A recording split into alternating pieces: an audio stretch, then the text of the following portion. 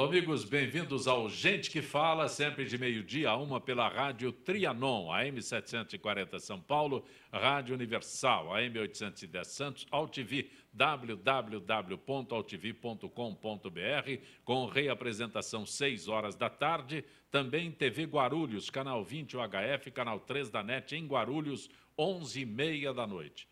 Acesse nosso blog, conheça nossos colunistas e colaboradores, gentequefala.com.br, nossa fanpage Facebook, /programa Gente que Fala.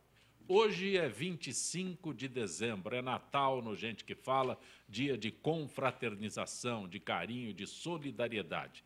É dia também de lembrarmos problemas que atingem grande parte da população e a todos nós. Por isso, mais do que celebrar o Gente que Fala de hoje, abordamos alguns temas bastante sérios, como o da acessibilidade e sustentabilidade, acreditando que um dia eles possam apresentar mais resultados do que problemas. Para que este tema fosse possível de ser abordado, advogado Pinheiro Pedro, prazer tê-lo aqui, Pinheiro Pedro. Prazer estar com você, Feliz Natal, hein? Advogado e editor-chefe do portal e revista Ambiente Legal, correto? Correto. Também conosco o professor José Luiz Zanzini. Professor Zanzini, prazer tê-lo aqui. Zé Copé, é sempre um prazer enorme a gente poder falar sobre acessibilidade, mobilidade, queda de barreira, problema sério nesse país, principalmente quando se aproxima um dia tão festivo como hoje, o Natal, onde nós começamos a olhar as pessoas com deficiência, mobilidade reduzida, os idosos e crianças em risco de rua. Mas é um prazer. Professor Zanzini, o senhor é jornalista, filósofo, gestor público, especialista em acessibilidade, professor em sustentabilidade, resíduos sólidos e meio ambiente. É tudo isso? Não, o título é tudo isso? Não, o título é tudo isso? Escolhe aí. Isso, tudo isso. Eu estava falando para o Antônio que eu tenho um amigo que é italiano, o Nino, e ele diz assim, o que você não é? Né? Aí falou, eu sou pós-graduado em Sociologia e pós-graduado em Gestão Ambiental. Né? Então... Resume tudo.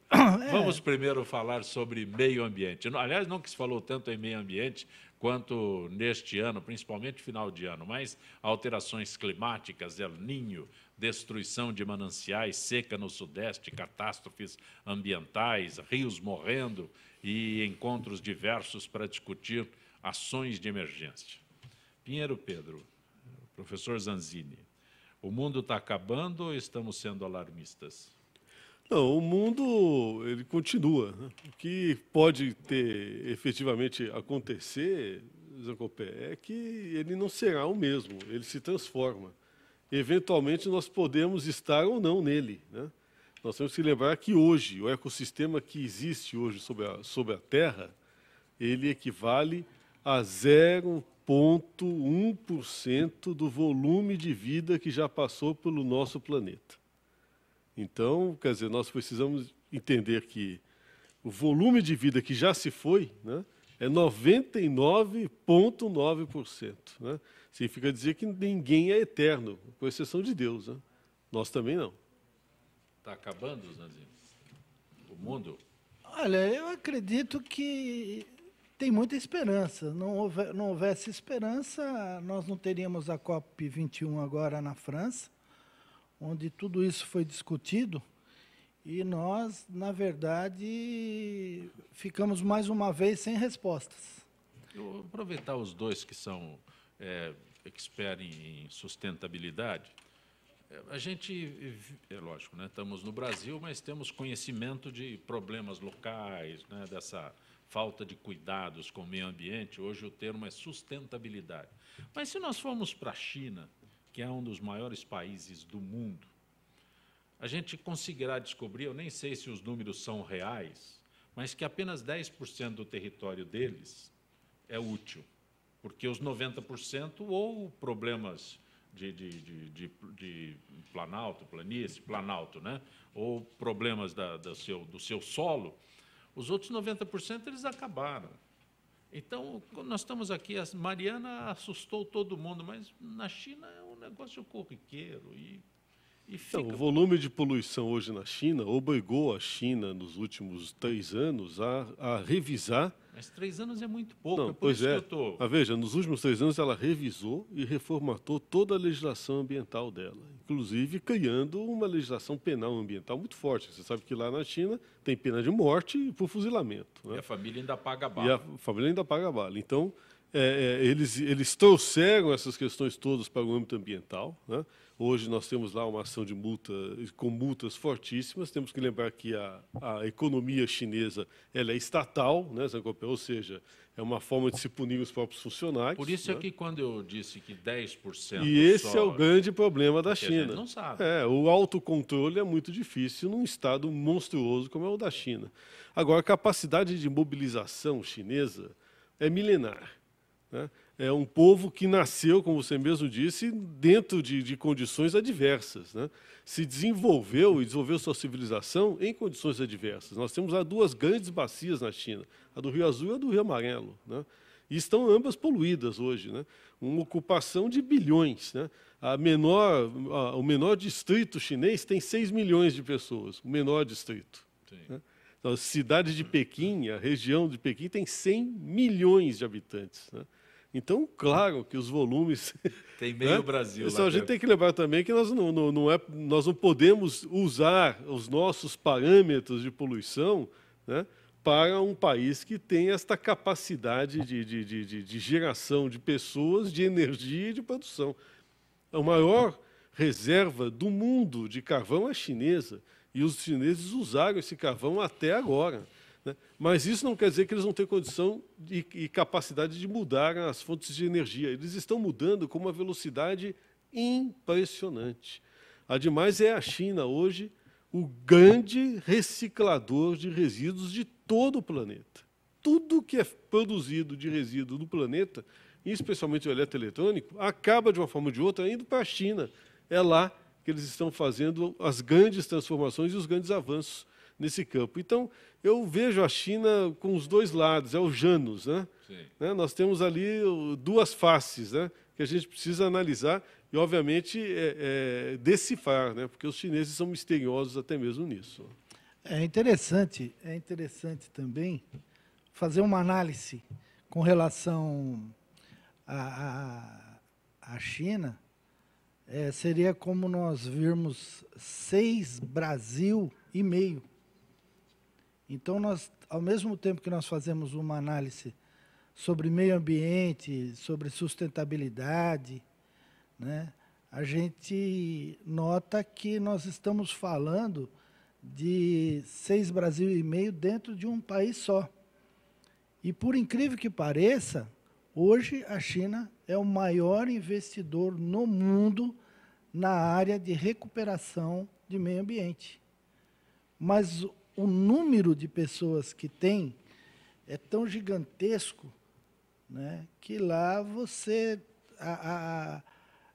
pela necessidade, a busca de proteínas e bens de consumo, né, que não é um consumo responsável, porque eles até não têm o que consumir, né, e se tivesse, eu diria assim, vamos pegar só 1 bilhão e 200 milhões de pessoas que consumisse por dia meio quilo de arroz e 1 litro de água, nós estaríamos falando de 1 bilhão e 200 milhões de água potável e 600 milhões de quilos de arroz. Agora, isso ia ter que sair, vai ter que sair uma hora.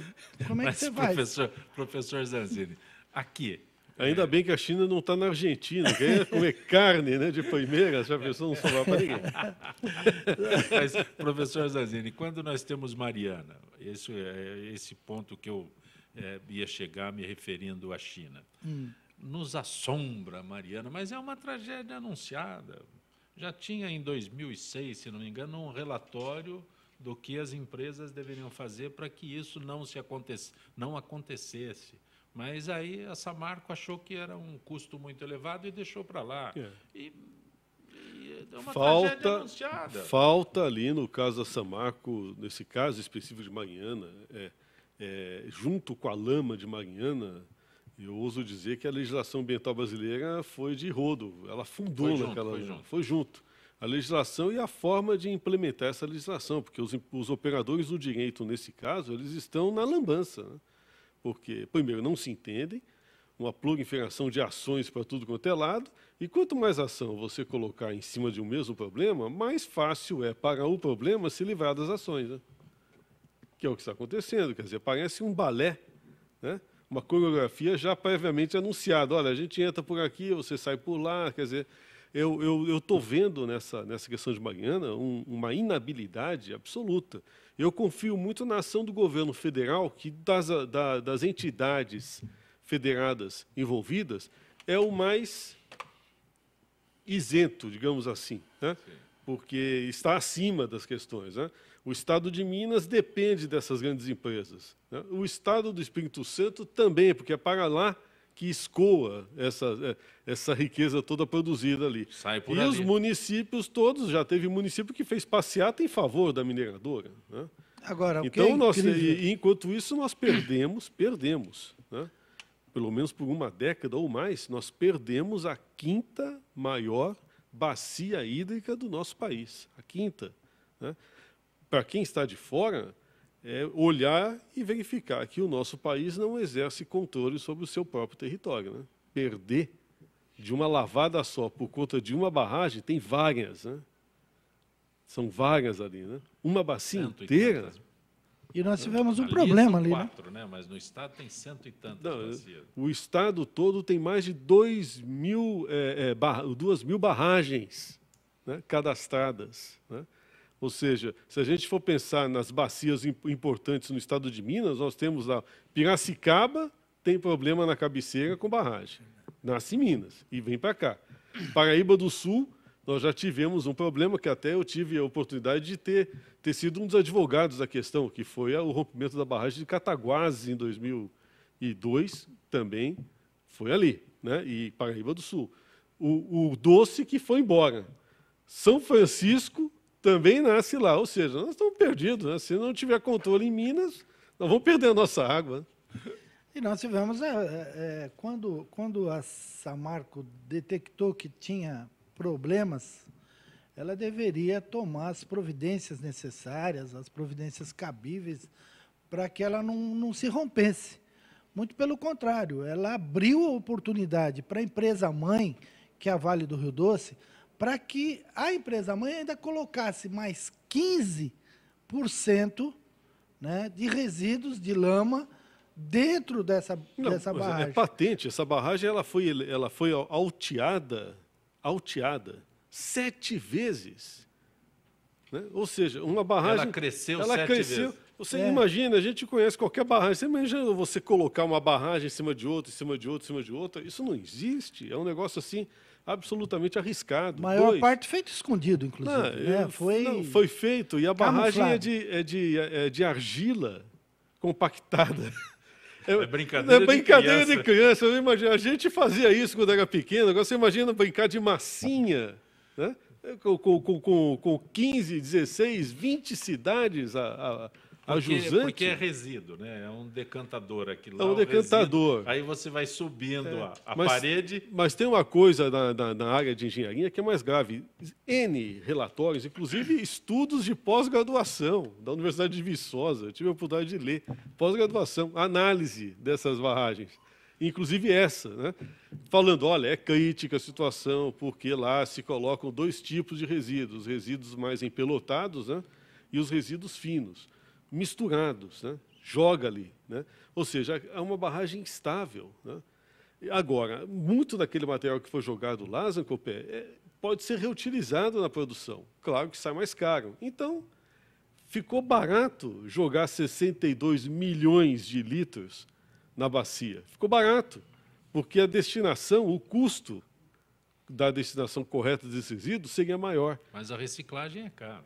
não É caro. Então, o que nós temos ali diante Aqui é no de um... Brasil nós temos a ideia de que é melhor deixar para lá do que fazer não, a é melhor reciclagem. você jogar. É caro, É joga caro. fora. Agora, o que nós temos visto ali, eu acho que é algo que precisa ser utilizado. Eu acho que o japonês, a federal, precisa começar a bater na porta lá às 6 horas da manhã, viu? Algo que me preocupa. Nós temos situações semelhantes no estado de São Paulo? Temos. Nós temos situações, temos barragens, temos casos de barragem rompida. Caso, por exemplo, na cidade de Leme, por exemplo, uma barragem rompeu-se ali, perdeu-se um rio todo ali, por conta de uma mineradora. Você vê, nós estamos falando de coisa de cidade, né, estabilizada, né, bonita, por sinal, a 200 quilômetros daqui, de São Paulo. Né? Nós temos problemas de barragem. No Rio Paraíba do Sul, na região de São Paulo, a bacia do Paraíba do Sul, são 150 mineradoras que estão ali trabalhando, e quase todas elas têm barragem de rejeito. Você tem que colocar o rejeito em um lugar. Então, a situação é grave, né? E nós não temos um cadastro, como a gente está observando. E quando temos o cadastro não funciona. Então, está difícil. Vale do Ribeira tem esse problema? Vale do Ribeira, não. Mas não. Vale do Ribeira é necessário fazer mais barragens no Vale do Ribeira. Nós temos um problema sério dos impactos ambientais das barragens que estão sendo construídas. Olha, de água. Belo presente de Natal. Não, isso é um presentaço. Né? Você vê só que é interessante também que o brasileiro deixa passar sem notar isso, né? Que é as pessoas envolvidas para resolver o problema de Mariana e todas as outras cidades até chegar no oceano não são pessoas super especializadas ou especializadas na área de meio ambiente.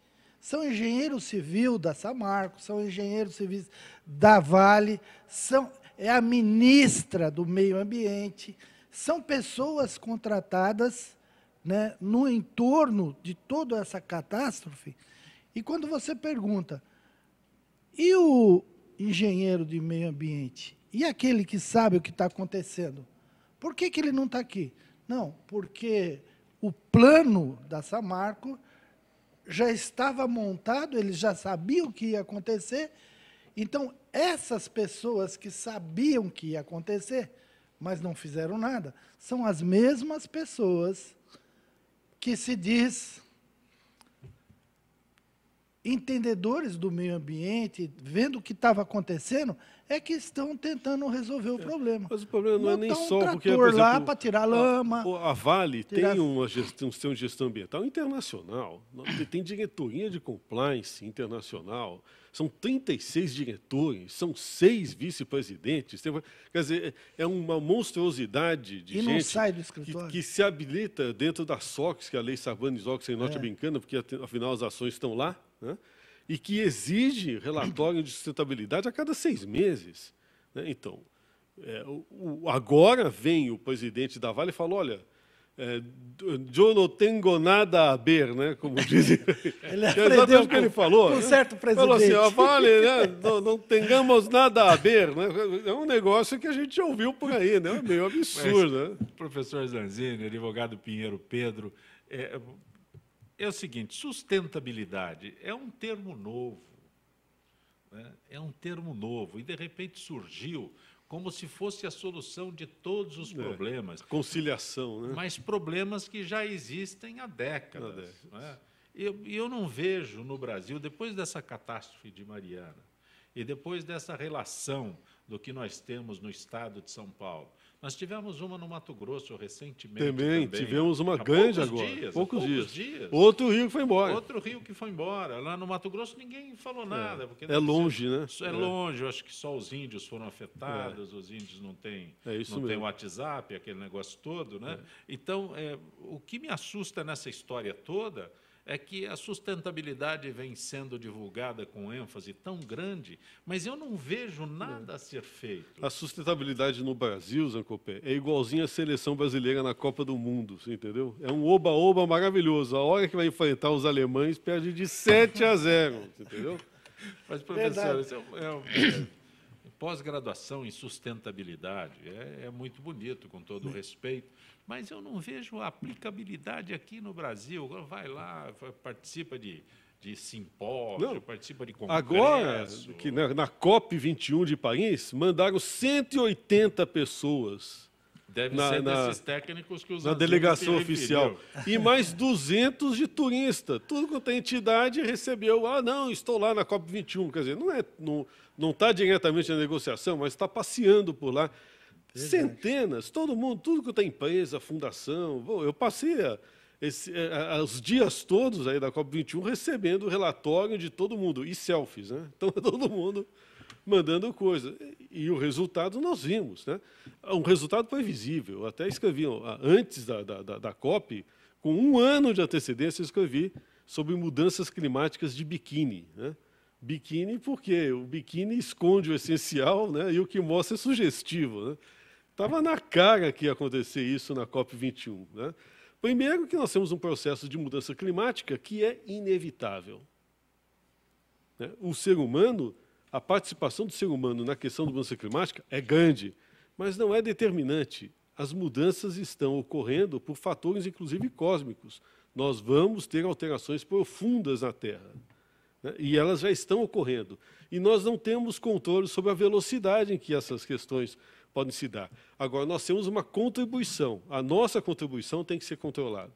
Mas eu não consigo conceber a Organização das Nações Unidas determinar se nós vamos conseguir regular a temperatura da Terra.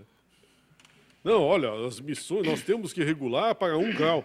Isso é tão absurdo, né? É uma falta, quer dizer, eu acho que até Deus veio e falou, espera aí, vamos botar uma torre de Babel aqui, porque não é possível, quer dizer, não dá para você poder fazer centenas de chefes de Estado, olha, agora para o próximo ano será de 1 grau. Isso não existe, né?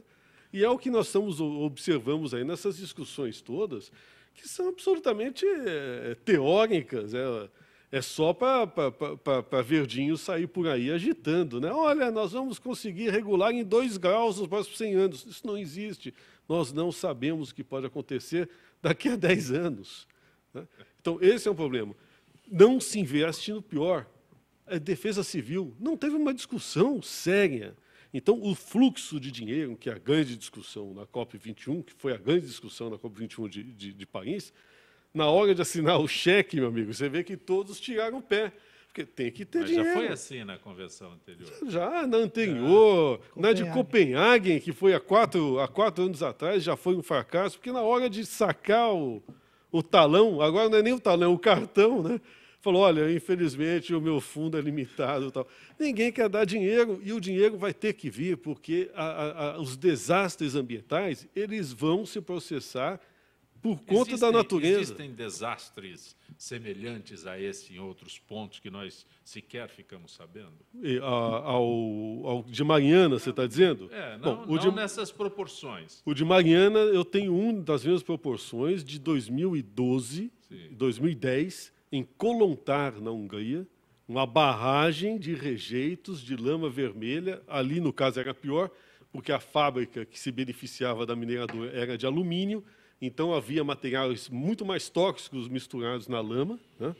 Rompeu e deixou inabitáveis 15 vilas e cidades. Inabitáveis, porque o que aconteceu em Marianas, no Vale do Rio Doce, você imagina com lama tóxica ainda por cima, né?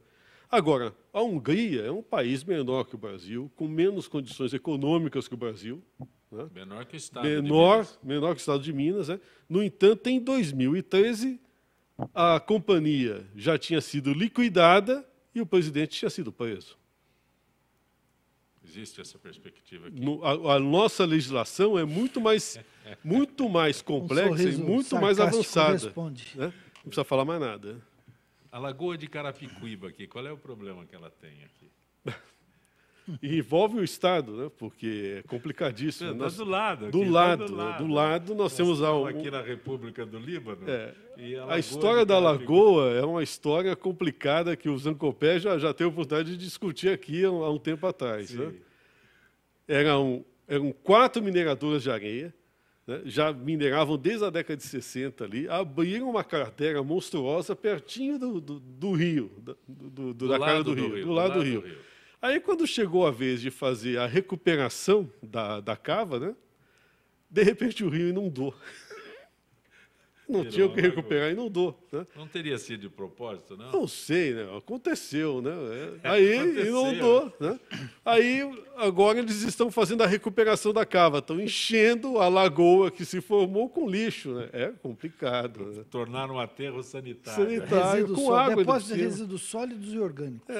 E é um crime, são milhares, centenas de caminhões diários ali jogando resíduos sem um controle efetivo, essa que é a grande verdade. Né? E a céu aberto. Abordar um outro, um negócio um outro problema que é comum e pouco se fala: as cidades não têm aterro sanitário. Diversas cidades no estado de São Paulo, vamos ficar aqui no estado de São Paulo, diversas cidades não têm aterro sanitário. A Lagoa de Carapicuíba, ou aquele terreno de Carapicuíba... É o pinico da região metropolitana. Isso, foi usado pela prefeitura para conseguir recurso. Então, começou a receber... Né, o DAEE usa para recurso, que é sim. Né? Não, mas começou a receber... Mas esta é uma situação que se repete em outros municípios. Então, você vê prefeituras do litoral subindo a serra para jogar o lixo na Serra da Cantareira. Né? Na Serra da Cantareira, na também. Serra do Mar, esse tipo de coisa.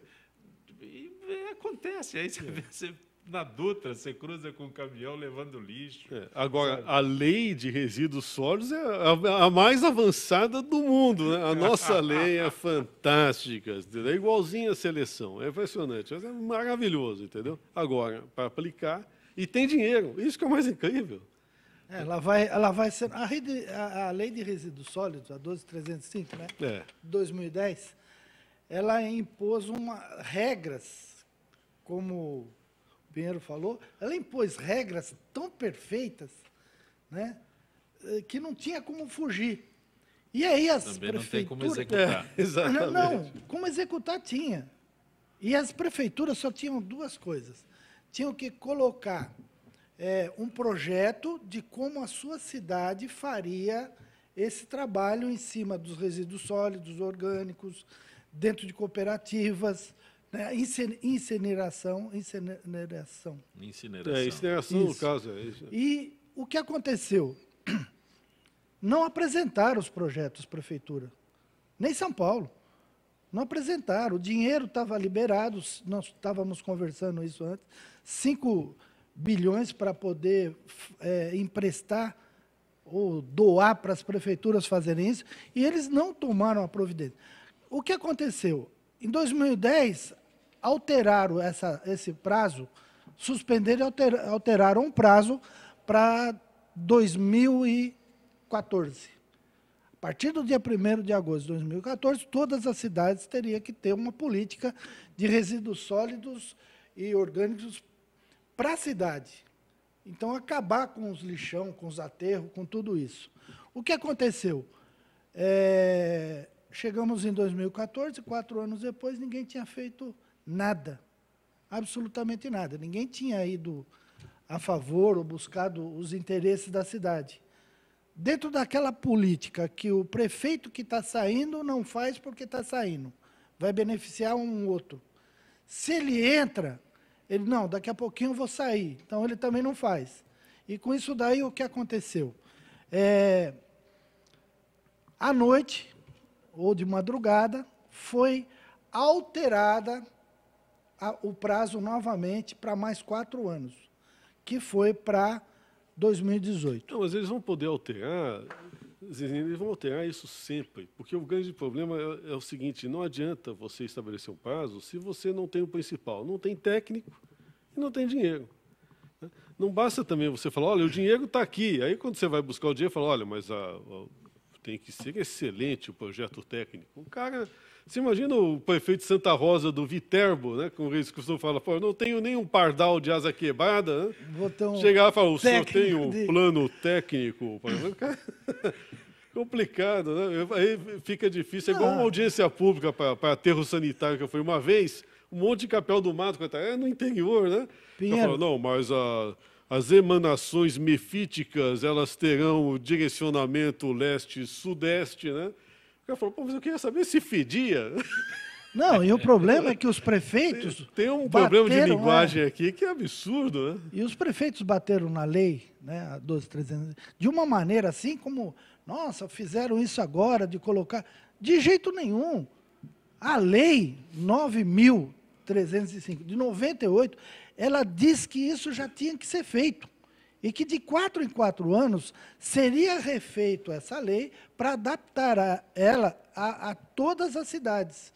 Porque uma coisa é você ver São Paulo com 12 milhões de pessoas, 3.300.000 residências, e você vê Mineiros do Tietê, que é a cidade que eu nasci, né, com 8.200 habitantes. É então, bom explicar essa questão dos 4 viu? anos, que agora eu entendi. A 9.605, quando foi editada a Lei de Crimes Ambientais, obviamente foi editada, e aí os prefeitos e as fábricas ficaram preocupadíssimos. Puxa, agora é crime, né? E nós sabemos que no Brasil você põe a lei fantástica e esquece de ver o que estava para trás, né? Um monte de gente absolutamente em situação irregular que, de repente, além de ter que acertar com o fiscal, ia ter que acertar com o policial, né? Porque né, começou com o problema. Falei, espera aí. Então, aí, cara, não, vamos fazer uns termos de... Só no Brasil, né? Aí, termos de ajuste de conduta, tal, para poder estabelecer. Então, as agências ambientais foram autorizadas a fazer os termos de ajuste de conduta. Só que os termos de ajuste de conduta, né, são esses termos que a gente vê. Não ajustam e não conduzem, né? E não há condutas, né? Os conhecidos TAC, né? Os TACs. Então, o grande problema hoje no Brasil é o seguinte, lei não falta. Pelo amor de Deus, não vão pôr mais lei. Já tem lei demais. Lei não falta. Falta quem saiba operar a lei. E outra, a gente precisa reduzir os teóricos da lei.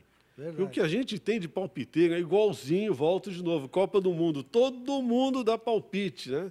E pouca gente joga, né? Pouca gente sabe que a Alemanha está do outro E acabar lado. com a cartolagem também, né? Que não é possível na legislação.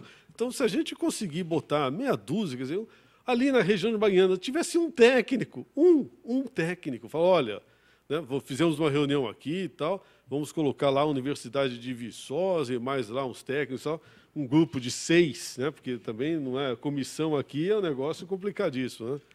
Olha, tem 6 pessoas, eles vão fazer uma análise, um exame e vão estabelecer quais são os programas de reparação de danos. Pronto! A gente vai saber o que vai fazer. Né? Não consegue. A gente vai para o intervalo. Gente que Fala retornará em instantes.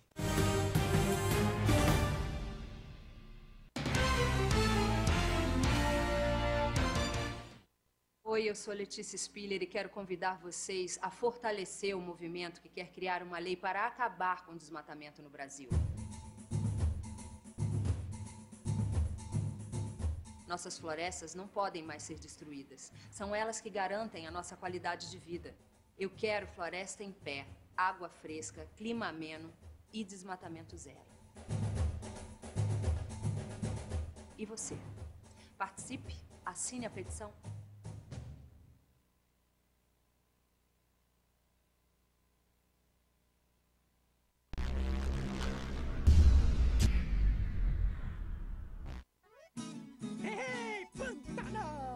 Que maravilha, sou! É, mas aqui os peixes já estão diminuindo. Por isso, é bom cuidar e proteger os rios que é aqui, ó, onde eles nascem. O Pantanar depende das nascentes e das cabeceiras. E nós também, ué. Então, pessoal, vamos ajudar. Afinal, tamo tudo junto, no mesmo barco.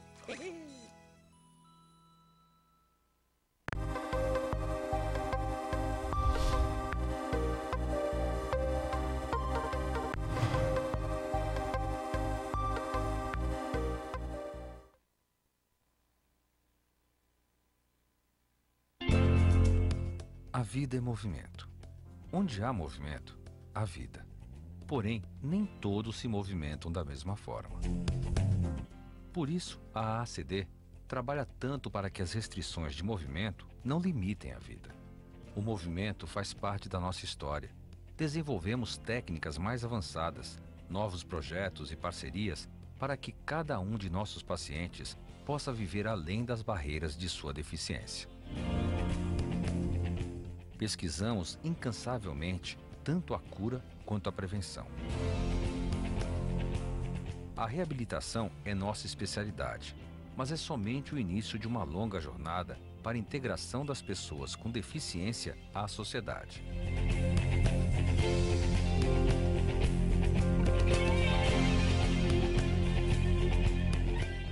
Seguimos lado a lado com nossos pacientes e não medimos esforços para transformar pequenos movimentos em grandes conquistas.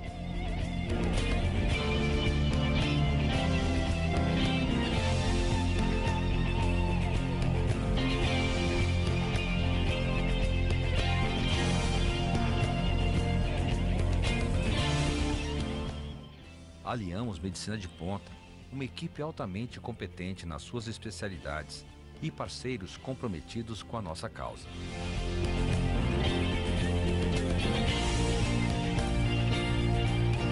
Isso exige dedicação e nos colocamos de corpo e alma em todas as nossas atividades. Trabalho que realizamos com alegria, a mesma alegria sincera que percebemos no sorriso de cada criança atendida pela AACD.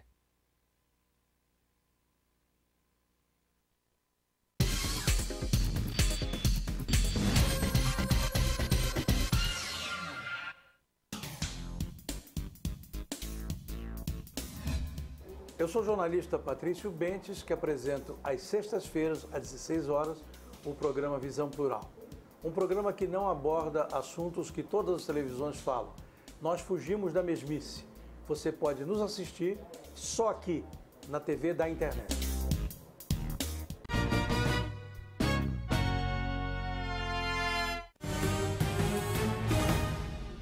Tudo eu fiz. Gente que fala pela Rádio Trianon, AM 740 São Paulo, Rádio Universal, AM 810 Santos, AltV, www.altv.com.br, com reapresentação 6 horas da tarde. Também TV Guarulhos, canal 20 UHF, canal 3 da NET em Guarulhos, 11h30 da noite. Acesse nosso blog, conheça nossos colunistas e colaboradores, gentequefala.com.br, também nossa fanpage Facebook/programa Gente que Fala. Natal, hoje, conosco o advogado Pinheiro Pedro, que é editor-chefe do portal e revista Ambiente Legal, ele que é especialista em sustentabilidade, e o professor José Luiz Zanzini, que é especialista em acessibilidade, mas também professor em sustentabilidade. Falamos bastante em sustentabilidade, mas acessibilidade, para vocês dois que conhecem o termo, existe algum São Paulo, alguém que cuide de acessibilidade? Porque acessibilidade em São Paulo, para resumir, parece que é só as rampas de acesso nas calçadas, se tem ali, a lei está atendida, e eu acho que elevador especial, não vejo outras situações. Existe realmente o cumprimento da lei que determina atendimento à necessidade nesse aspecto acessibilidade? Zé, acessibilidade, ela não é só falar de elevador ou falar de vagas a par. O metrô, depois de 30 anos que estava funcionando, colocou elevadores para deficientes, cadeirantes, alguma coisa e eu assim. tenho, E, nossa, aí eu tenho um para trabalho todo mundo que tinha feito o que deveria ter implantado Desde quando o início. construiu o metrô nos anos 70. eu tenho um trabalho todo feito em cima do metrô, inclusive com fotografias de todas as estações, menos as modernas. Agora, acessibilidade é algo sério. E ela só foi levada mais a sério ainda no ano de 2004 com a Lei 5296. Né? Eu comecei nesse mundo em 74, né? Justamente por isso, junto com as Casas André Luiz, junto com as Casas de Davi, e dali foi crescendo. Os ciúmes de você estar fazendo um trabalho voluntário foi crescendo. Em 81 nós tivemos o IPID, depois que foi uma conferência internacional aqui no Brasil, a primeira. Depois nós tivemos em 84 a criação do Conselho Estadual da Pessoa com Deficiência, mobilidade reduzida, que falava de acessibilidade. Em 89, o Conselho Municipal de São Paulo. É irônico, mas o termo é tão atual que mudaram até o nome da ACD, né? Que nos nossos tempos era Associação de Assistência à Criança Defeituosa. Aí a própria ACD se viu obrigada a mudar o nome, porque o criança defeituosa não tem defeito, não era deficiente, politicamente correto, né? Não, eu estou dizendo que é um termo novo, né? A partir daí, né? Então, veio um amigo da ACD outro dia e eu falei exatamente para provocá-lo. Nossa, a reação dele foi, né? Não tem mais criança defeituosa, não existe mais. Aí você está elencando aí o progresso dessa luta como ela toda. foi crescendo nos 41 anos que muito eu estou... pouco, que eu fui um ritmo olhando. muito lento. Então, em 91, para você ter uma ideia, teve a lei de cotas para pessoas com deficiência. Ela não era respeitada em sentido algum. Não tinha respeito com a pessoa com deficiência. Então, você pegava um cadeirante, ele não podia ter emprego porque era cadeirante. O cego porque era cego. A pessoa paraplégica porque era paraplégica. Então, em 91, nós tivemos a 8243, 8293, que era a lei que regulamentava as leis de cota, 2%, 3%, 4%, até 5%, para cada empresa. Agora, passamos de 91 até 2001, sem que ela fosse totalmente regulamentada. Não existia a lei, mas ela não era regulamentada. Então, ela só passou, a partir de 2001, a funcionar. Então, a acessibilidade... Porque é uma coisa que as pessoas não entendem direito. Aprovar a lei é uma coisa. Primeiro Pedro, há instante, se referiu, não precisamos de mais lei, temos leis demais sobre meio ambiente. Então, aprovar a lei é fácil, regulamentar... né? Já é mais complicado. Muito complicado, muito complicado. E aí o Zanzini está dando uma relação, né, do progresso, aí 10 anos sem se fazer nada. Absolutamente. De 91 a 2001, nada. Sem nada. Leis que estavam sendo aprovadas, que já foram aprovadas. Já estavam lá. Né? Já estavam lá. Então, quando o Pedro falou, não façam mais leis, temos leis demais. Né? Aí você descreve um cenário que as leis, não é que tem leis demais, e as leis que estão dormindo lá, né? Eu estou né, descrevendo, quer dizer, a raiz e o tronco, não estou falando do restante, porque os galhos vieram depois e complicado. Por exemplo, em 2004 foi feita e regulamentada a Lei 5296, né, de 2004. Essa é a lei da acessibilidade, da inclusão, da queda de barreira, do respeito à pessoa com deficiência, do respeito às instituições que cuidam da pessoa com deficiência. Né? Então, a 5296 é a lei da acessibilidade, da inclusão. Agora, São Paulo, apesar do tamanho de tudo que tinha, não tinha uma secretaria municipal da pessoa com deficiência. E nós, desde 89, brigando por essa secretaria, conseguimos, em 2005, fazer essa secretaria, cuja primeira secretária, hoje é deputada federal, tetraplégica e paraplégica. Chama-se Mara Gabrilli. Mara Gabrilli. Depois veio o doutor Baena, que é um médico, e depois, então, o Marcos Belisário. Foi uma secretaria que ajudei a criar na cidade de São Paulo e que depois, né, acabei trabalhando com o secretário Marcos Belisário, onde a gente foi construir, nós fomos construir 2 ACD e reformar outra na Moca. É nosso colega aí, jornalista e radialista, né, o Marcos Belisário. Né? Sim, isso. Sim. E uma das 2 ACD, agora recentemente devolvida para a prefeitura, por falta de pagar devidamente o que a ACD merecia nos tratamentos, e colocaram 1.200 crianças na rua e falam... A prefeitura fala em 400. E Mas, eu como vi... Se eu- colocou uma, já é. Já é muito. Agora, a implementação é complexa. Nós temos no estado de São Paulo, temos uma Secretaria de Acessibilidade muito bem conduzida com a doutora Linamara Eu Rizzo. vou concluir, É. viu, Pinheiro? Eu só Vamos quero lá. concluir. Feito a Secretaria Municipal da Pessoa com Deficiência, nós então corremos atrás de construir, fazer e formatar a Secretaria Estadual dos Direitos da Pessoa com Deficiência. Isso em 2008. Então, em 2008, ela assume doutora Linamara Rizzo Batistella. Isso. E está lá até hoje. Até hoje. Até hoje. Então, muito se vem fazendo, até porque serviu como exemplo essas duas secretarias, tanto a municipal como a estadual, para que outras secretarias em todos os estados brasileiros foram construídas. Agora, eles fazem sério. hoje, a do Estado é importante no sentido de você verificar como é que hoje são as posturas. Quer dizer, ela reproduz as posturas municipais, nas posturas dos próprios estaduais. Hoje você tem sempre lá as condições de acessibilidade, de certa maneira, garantidas em vários próprios do Estado de São Paulo, né, universidades. Né? Não se faz hoje um centro universitário, uma faculdade, sem ter uma condição de acessibilidade, você tem que instalar. Né?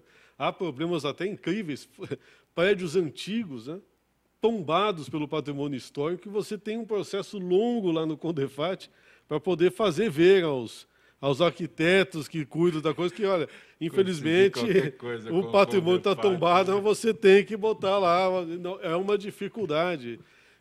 Coisas do CONDEFAT. Né? Já teve caso de escada de incêndio e elevador, eles determinarem a demolição para depois pensarem na aprovação de um novo projeto. Quer dizer, é um negócio, é não pensar, né? Não pensar nas pessoas que estão lá. Entra dois exemplos né? nisso que o Pinheiro está falando.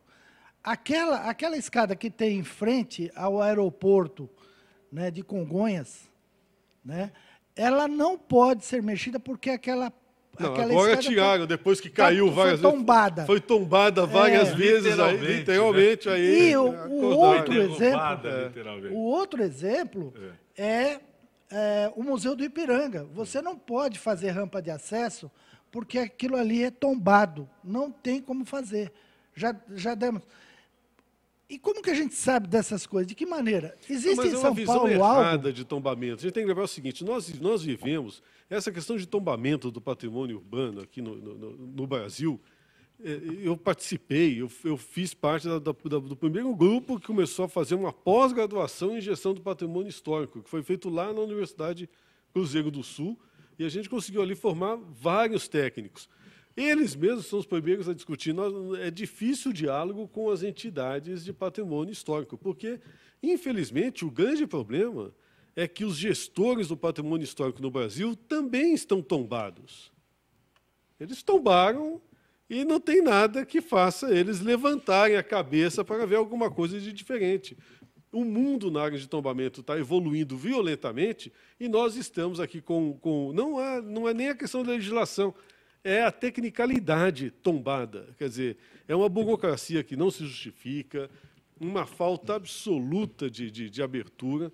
E, no que tange a acessibilidade, é impressionante a falta de humanidade dos órgãos gestores de tombamento em relação a produzir uma nova estética nesses prédios. Tem Mas, uma Pinheiro, coisa- Zanzini, você citou o cadeirante.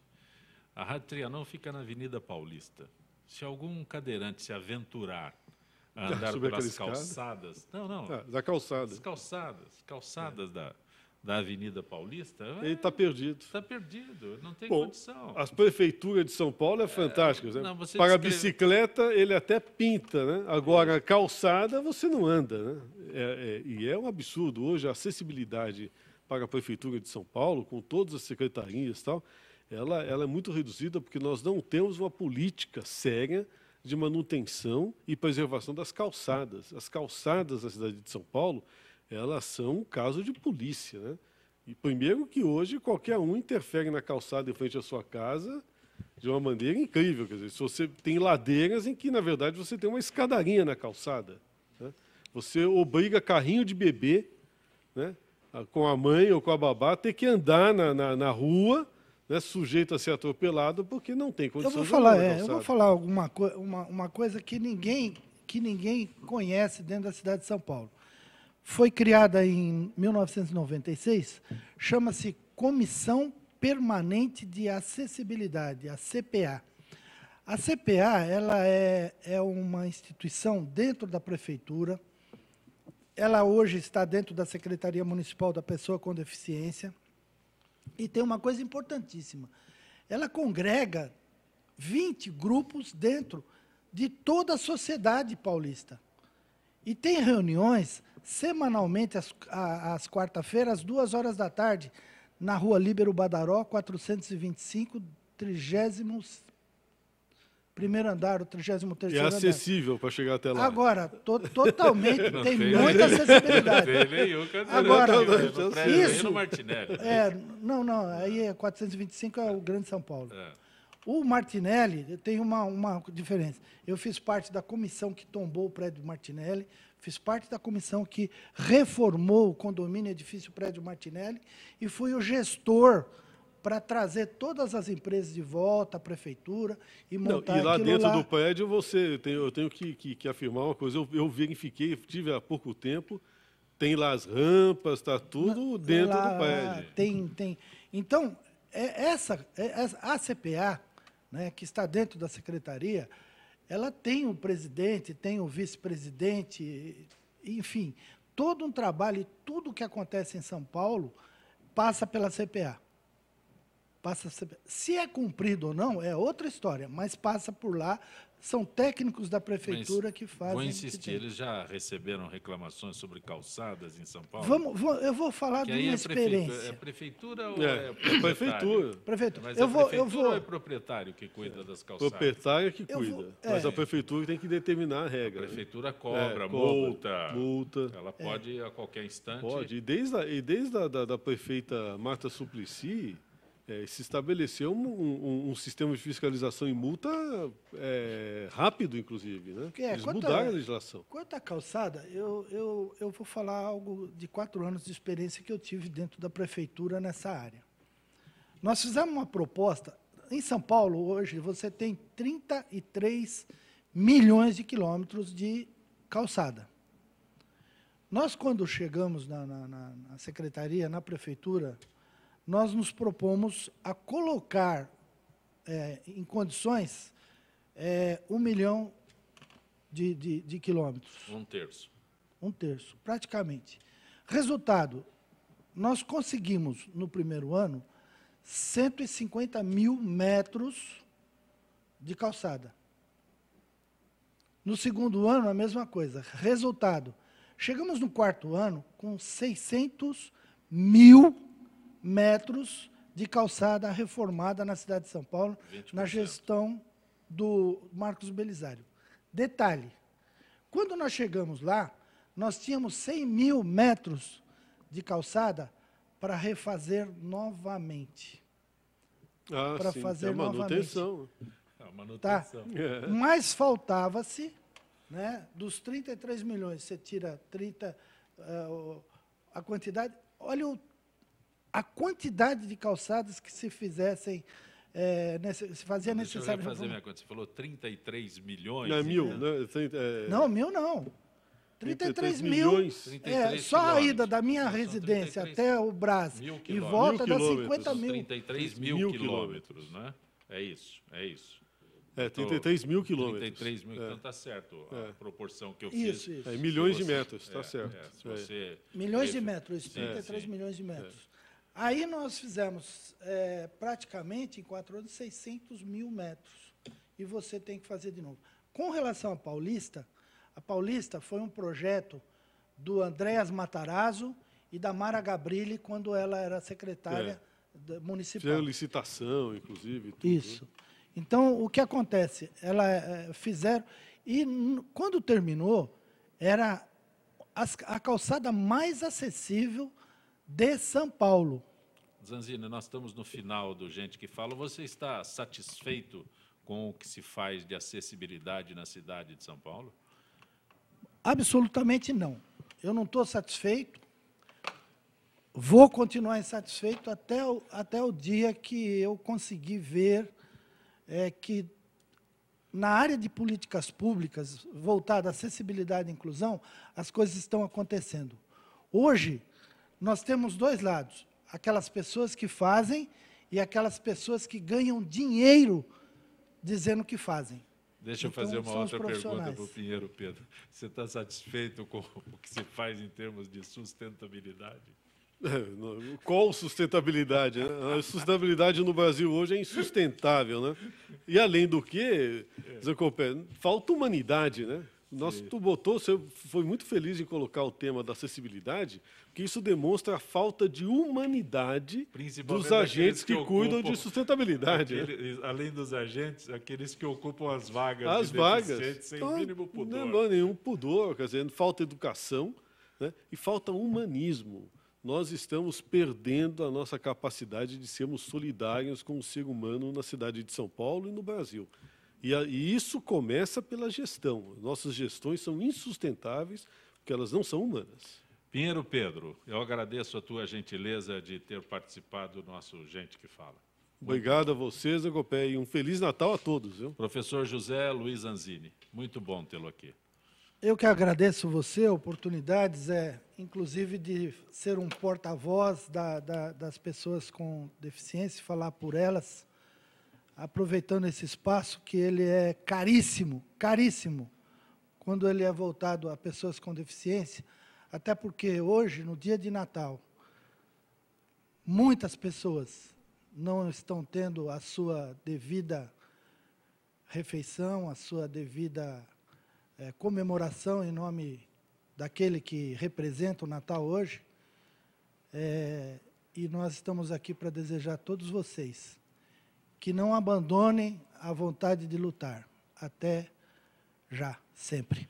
Gente que Fala tem a direção geral do jornalista Fausto Camunha, a diretora de produção Zenilda Salvato, redação Raela Brandão, Pedro Schiavon, na pauta José Carlos Sicarelli, produção cultural Ricardo Godoy, na rádio Trianon, Benê, Cléo Rodrigues, Neildo Neres, Ricardo Valim, na direção da TV Guarulhos, Fernando Mauro, na direção da UTV, Alberto Luquete, na técnica James Eduardo, Marcelo Fontan, Sérgio Oliveira e Iago Matsumoto. Gratos, estaremos de volta segunda-feira. Um bom Natal. Até lá.